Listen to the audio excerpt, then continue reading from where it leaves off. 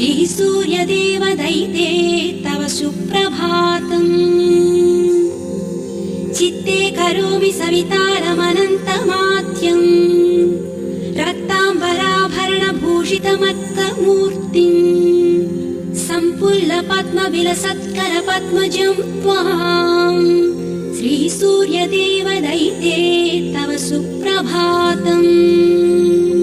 सप्ताश्ववल्लभ विशिष्टतनुं सदाहम् प्रफुल्लाब्जहस्तं प्ररोचं तमर्कम् त्रयीवेदमाद्यन्तशून्यं दिनेशम् श्रीसूर्यदेवर दैते तव सुप्रभातम्।